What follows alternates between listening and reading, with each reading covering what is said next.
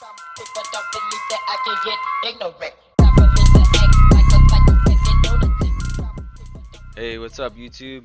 It's been a long time since I've uploaded a video on this channel, and today I'm finally making one. Today I actually have a video about my top 5 glitches and exploits in 7 Days to Die. If you do enjoy this video, please hit the like button and subscribe so I know whether or not I should continue making these videos. But anyways, let's get into number 1. So 1 out of 5, we got walk through walls. And what this means is, normally with a gap like this, obviously you can't get in there at all. This whole thing is closed off entirely. So, but with vehicles such as a bicycle, you can get in here. You can get in and you can get out, just like that, easy. Yep. The great thing about this is, obviously it works with any vehicle, even the cheap little bicycle. And with this, you can make like really strong bunkers with no real weaknesses, like a door or anything. You can make just small gaps like this that you can get in and out of. And yep, that's it for number 1. Number 2, we have something really cool called Insta Reload. And what this is it's something that applies to, it only works with the rocket launcher and the Magnum. And what it means is, normally with the Magnum, you can only shoot, or you have this animation when you're reloading, right? But if you notice, I'm gonna point at the sky so you can see my ammo in the bottom right. But after you shoot and you press reload, the 6 bullets in the chamber, or the thing, the 6 bullets in the gun, it replenishes before the animation is done. You see that? So if you, for some reason, you can speed this up even more by reloading, and then all you gotta do is scroll your mouse up and back down, or the other way around works too, down and back up. And you have to use your mouse wheel, or else it doesn't really work properly. But here you go, look, see 5 bullets in the chamber? I'm gonna press R and then scroll up and down. R, up, down, boom, reloaded instantly. So, boom. Works just like that. Same thing for the rocket launcher. You shoot, press R and up and down. Shoot, R, up and down. Just like that, it works. So that's it for number 2. And for number 3, we have the pillar exploit. And this one, what I meant by pillar exploit was, say you have a long, narrow walkway like this, and you have the support way over here. The zombies will see, if you didn't have any of these pillars, obviously the zombies would be able to see that there's these supports over here, and but if you have these supports, these other pillars, not support, sorry, other pillars near where you're standing at the end of your real support, they will view this as the support for this. And another security on top of that is surrounding the real support in blocks that are not connected to the structure at all. But you'll see what this does here. So if I spawn in a few zombies, they will not target that support in any way. They'll target these pillars that mean nothing to the real support. Now, as you can see, even if I spawn them like way over here, they'll literally walk right by the real support. Every once in a while they do target the real support, but you'll see. They're gonna target like random stuff. Works like a charm. Even probably way the heck over there, it would still probably work. Yeah, got her attention. See that? She ran past everything. And the number 1 rule with this is, don't try to make the pillars only on, like, you'll see if we drew like a line, a parallel plane that split these blocks down the middle.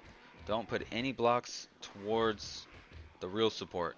Put them on the outside of the structure you're standing on, or else they will start to target structures over here. Even if I start standing over here, it might start tripping some of them up. Yeah, you see now he's like searching. There you go. See, now she's attacking the real one. You gotta stand way over here. But anyways, that's it for the pillars. You can exploit the zombies AI with that. That's the exploit there. And For the next one, we have the 3x3x1 wall glitch. And what that means is you have these blocks. Some people don't even know that this is in the game, but it is. If you go to shapes and you go down here to design, the second to last one, right here, cube 3 times 3 times 1. And this is just, I'm assuming, intended for um, making walls that the total structure per block isn't as important as just covering a large volume, like a large area. That's what I assume these are for. Sacrificing structural support or structural like strength for more area covered. But anyways, you can exploit these blocks because as you can see they fill up like a lot of space, and when the game's calculating whether it's okay to place a block down, usually it does take into account of where your player is. But with these blocks, you can kind of trick this by jumping. And as you can see there, you can see the shadow of the block. I'm actually inside of it, like this. You can see here, I'm inside of the block. And you might be asking why that's important, and right here, I'll show you. Zombies cannot reach you. They'll just start beating on the block. Every once in a while, they'll smack you, something like that, somehow. But most of the time, they won't hit you. And you just gotta maybe take a little step towards the opposite direction of where they are, or the side that they're on. But with this, it works really well. The main advantage of this is that you can go all the way up to steel, and it's super cost effective. Obviously, you can see it's only one block. So steel works with steel too. I'll just show you here. Oh, I got kind of stuck in it. Every once in a while that happens too. You can't move and you're stuck in it, but a quick relog or just trying to move around sometimes fixes it. But as you can see, steel works too. And the great thing about that is, oh, it works with these. I forgot to show you. Any of these shape blocks, all the way up to steel, and it only requires 10 forged steel. You get 10 forged steel, and look at the amount of health this thing has. 10,000. 10,000. Per hit, zombies, let's see what they can do. Oh, shoot.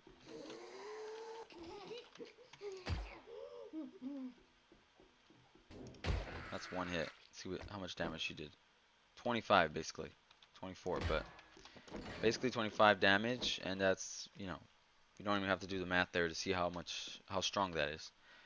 So that was number 4 out of 5, and for the last one, we have Indestructible Base, and Trader, you'll see what I mean. So I'm going to go on my map here and teleport to where that one is, because it has to be done at a trader. And I'm just going to let the map load in. This one, the main downside is it requires a giant trench. Maybe not as big as this one. You don't have to do it as big as this one, but just a big enough trench to where the zombies cannot jump from the edge to the base. So that only actually requires like 3 or 4 blocks. The advantage here is obviously, some people don't know this, but any of the blocks around the trader cannot be broken at all. And it goes up to a few blocks, like all the way out to here. So all the blocks from then to there, anywhere in here, is indestructible. So if you build a base against the indestructible wall with supports that are reaching from the wall, you can get something like this. And the reason why it's these little weird poles is so that when zombies are, because they'll pathfind and they'll try to run from this direction towards you, and they'll just, sometimes they land on these pillars themselves. That's why I have this door, but most of the time they'll miss and they'll just fall straight down. That's why you have those. I'm sure there's other blocks that would work too, but that's just the one I chose to use. And so obviously a drawbridge would be really useful here. And you can see it has enough space for your vehicles and stuff. The base itself can actually go all the way around the entire trader, like a giant like circle base, but that's just a lot of digging you'd have to do. I don't even know if I'd want to play after doing that much digging. But anyways, you can see even just a tiny base like this can accommodate everything you need. All storage, a bed, 2 cement mixers, 2 workstations, or workbenches I mean, 6 forges, 3 campfires, a chemistry station. This is the shooting pit right here. Like you can get any angle you need on any of the zombies. Usually they pathfind towards the wall that you built off of. And the great thing about that is the wall itself is actually indestructible. And you have your farm here too. So yeah. I tried to make the video very short today just to, keep it down. Keep it down on the minutes. But yeah, that's all I have for today, guys. Thank you for watching. Like and subscribe again if you enjoyed the video. Comment, let me know let me know video ideas. I used to ask that in the past for my other videos, and I'll start doing it again. Maybe top 5 anything you can think of. Top 5 anything for this game. Yeah, just comment below. Thank you for watching, and that's all for today, guys. See ya. Get over here!